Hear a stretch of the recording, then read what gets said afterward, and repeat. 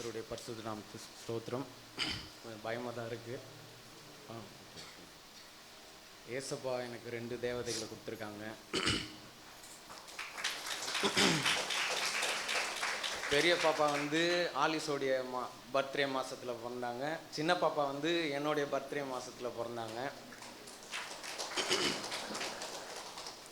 சின்ன பாப்பா பிறந்து ஒரு 3 நாள்லலாம் சீரியஸ் ஆகிட்டாங்க. எங்களுக்கு தெரியல, பால் கிடைக்கல அப்படின்றதுக்காக நாங்களும் அது ஒரு சரி குழந்தை அழுகுது அப்படின்னு சொல்லிட்டு ஒரு கேர்லெஸ்ஸாக இருந்துட்டோம். ஒரு கடைசி ஸ்டேஜில் டாக்டர்கிட்ட கூப்பிட்டு போகிறப்ப டாக்டர் ஓங்கி குழந்தைய தட்டுறாங்க. அது வீர்னு கத்தணும், பட் ஆனால் குழந்தை கத்தவே இல்லை. இதான் பிரச்சனை, சரி நீ உடனே டாக்டர்கிட்ட இட்டுட்டு போ அப்படின்னாங்க. நாங்கள் மெட்வே ஹாஸ்பிட்டலுக்கு இட்டுட்டு போனாங்க. அக்கா பையன் அவங்களாம் இட்டு போனாங்க. நான் கரூர் போனோம். என் பிளான் அப்படி இருந்துச்சு. மெட்வே ஹாஸ்பிட்டல் இட்டுட்டு போனால் அங்கே ஒரு பெரிய ட்ரீட்மெண்ட் சொல்கிறாங்க. ஸ்பைனல்லேருந்து ஊசி போட்டு எடுத்து சில டெஸ்ட் எல்லாம் பண்ணணும். அப்படியே ட்ரீட்மெண்ட் வந்து 48,000 அந்த மாதிரி சொல்கிறாங்க. அவ்வளோ முடியாது அப்படின்றதுக்காக அக்கா என்ன பண்ணிட்டாங்க, நாங்கள் உடனே மணக்குள விநாயகர் ஹாஸ்பிட்டல் இட்டுட்டு போடுறோம் அப்படின்னு சொல்லிட்டாங்க. இவங்களை மணக்குள விநாயகர் ஹாஸ்பிட்டலுக்கு அனுப்பிட்டு நான் கார் ஓட்டிகிட்டு போயிட்டே இருக்கேன். ஒரு 4 மணி நேரம் போகணும். ஆனால் ஒரு 3.5 மணி நேரம் போனால் நான் எப்படி போனேனே தெரில. காதில் ஹெட்செட் மாட்டிட்டு ஃபோன் பேசிகிட்டே இவங்களை அனுப்பிச்சிட்டே நான் போயிட்டே இருக்கேன். என் கூட என் பக்கத்தில் எங்கள் சார் உட்காந்துட்டு வந்துட்டுருக்காரு.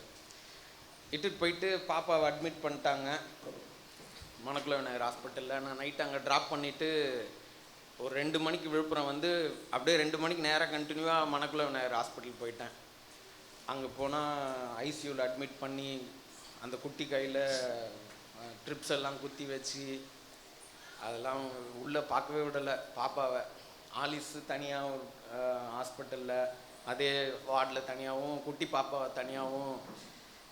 அந்த நேரம்லாம் வந்து ரொம்ப கொடுமையாக இருந்துச்சு. அந்த நேரம் என் ஃப்ரெண்டும் என்னுடைய அத்தை பையன் மாமாவும் அவங்க குழந்தையெல்லாம் பிறந்த குழந்தைய தூக்கிட்டு ஹாஸ்பிட்டலுக்கு தூக்கிட்டு போயிட்டு வரக்குள்ளே செத்து தான் தூக்கிட்டு வந்தாங்க. எனக்கு அதெல்லாம் ஞாபகம் வருது.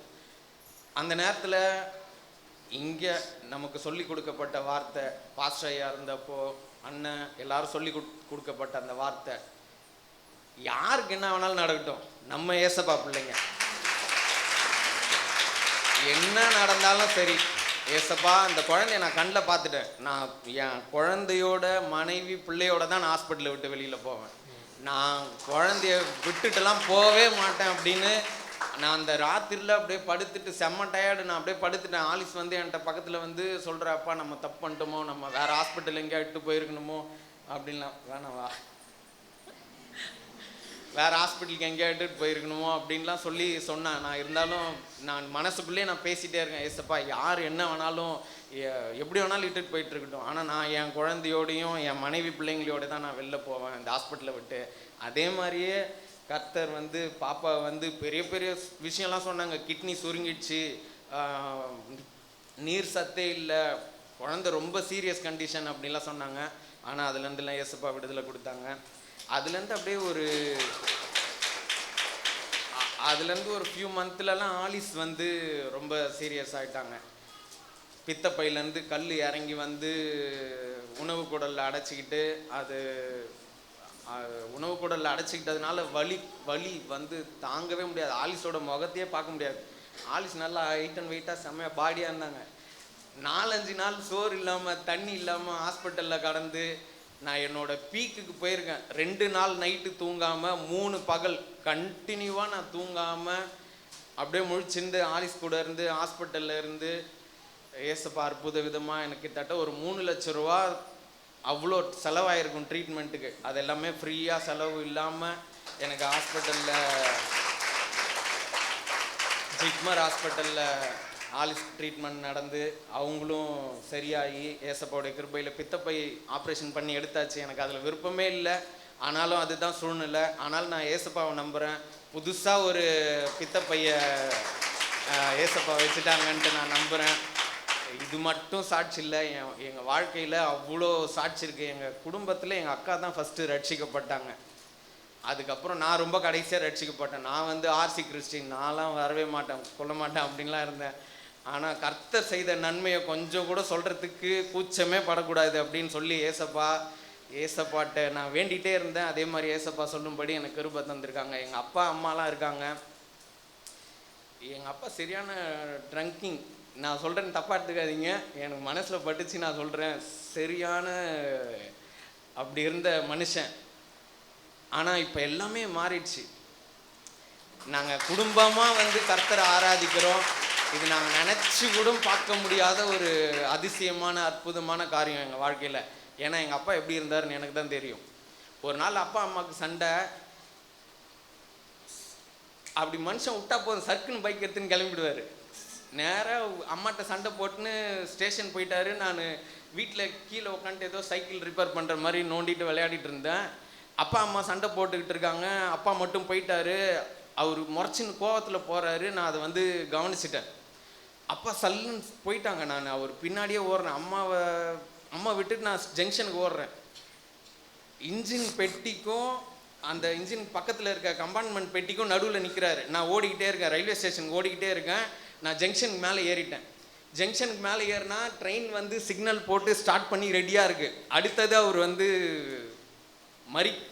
மறிக்கிற நேரம். அது செம்ம ஸ்பீடாக ஓடுறேன். நான்